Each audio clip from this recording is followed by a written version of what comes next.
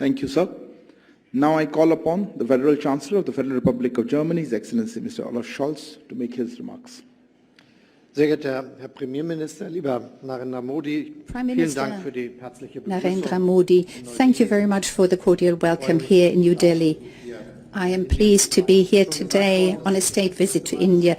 The point has been made by you that this is not my first visit to India.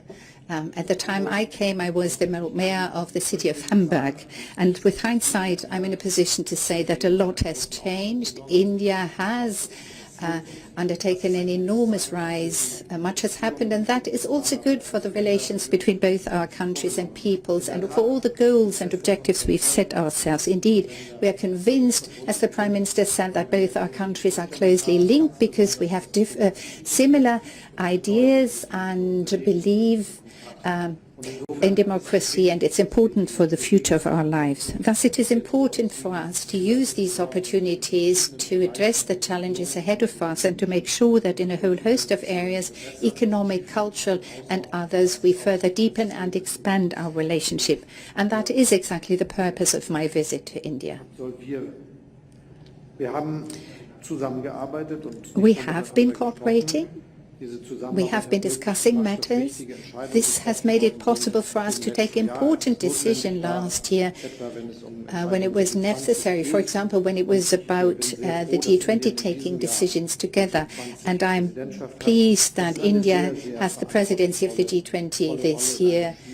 A very responsible task at a difficult point in time that has to be underlined. But I'm confident that India will fully comply with what needs to be done in that regard. A very important question is securing the supply with food and energy. We have to make sure that countries in Asia, Africa and America are not too strongly and negatively impacted by the terrible war of aggression that Russia started against Ukraine, and that the impact is not too negative for them. Supply shortages is thus one priority of our work. Indeed, the war began in Ukraine began a year ago. It has led to immense losses, destruction, destroyed infrastructure, railway links, energy connections, grids. It is a major catastrophe, but above all it is a disaster, a catastrophe, because we know that this war violates a fundamental principle to which we had all been agreed for such a long time, and that is that you do not change borders through the use of violence. But that international law governs international relations and ought to provide the basis for international actions. Thus, it is important that in the United Nations too we time and again state very clearly where we stand on this subject matter. The world is suffering as a consequence of Russia's aggression. I've been describing in what way it does. Thus, the cooperation between both our countries is of great importance. There are a whole host of areas in which we can further deepen and enhance our cooperation. First and foremost, the economic cooperation between both our countries. 1,800 German companies are active in India. They have created tens of thousands of jobs and are amongst the biggest foreign investors in your country. And our intention is to put this on a steady footing and expand that cooperation. The number of personnel employed here is to go massively up, and the agreements that the members of the business delegations have reached with each other point the way in that direction. The next Asia Pacific Conference of German Industry and Business will take place in India, by the way. Second, we want to further deepen trade relations between the European Union and India, and this is why both of us speak out strongly for the negotiations about a free trade agreement and investment protection agreement to be speedily concluded. I personally will make sure that this does not drag on. A third important point, research and development. These are important areas. We need talents, we need skilled workers, we need to join up our forces in that regard and make progress together. It is especially important for one area that in my eyes is of the greatest importance, and that is the development of IT and software.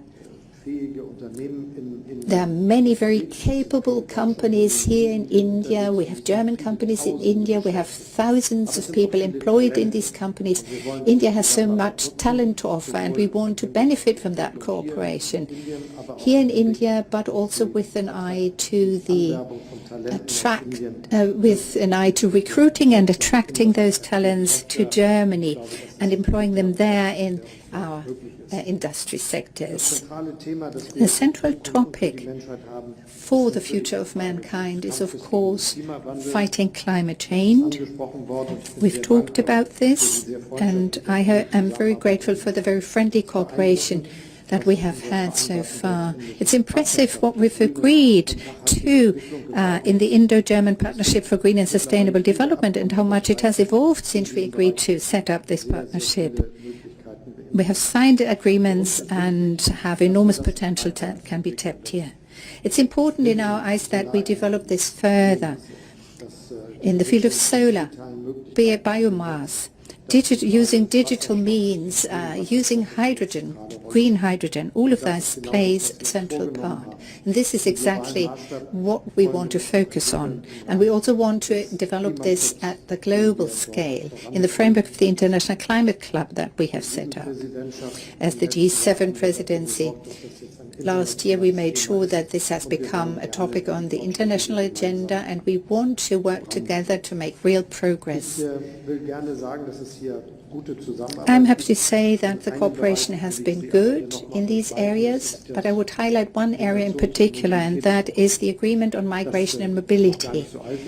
It's still a fairly young agreement, but it has already been very active and has had many consequences. Many skilled workers, qualified personnel from India have seized the opportunity. It's in a way a model agreement, a front runner for what can be achieved at the global level. We take pride in having reached that agreement with India. And with regard to the challenges we are facing, we will be able to solve this. There is an enormous interest in developing these sectors, and with the right skilled personnel, we will be able to do so.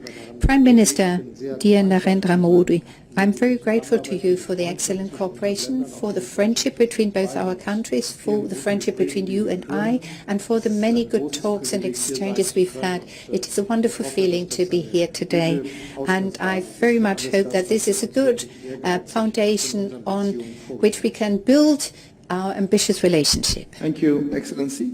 This concludes the press statements. Thank you all for joining.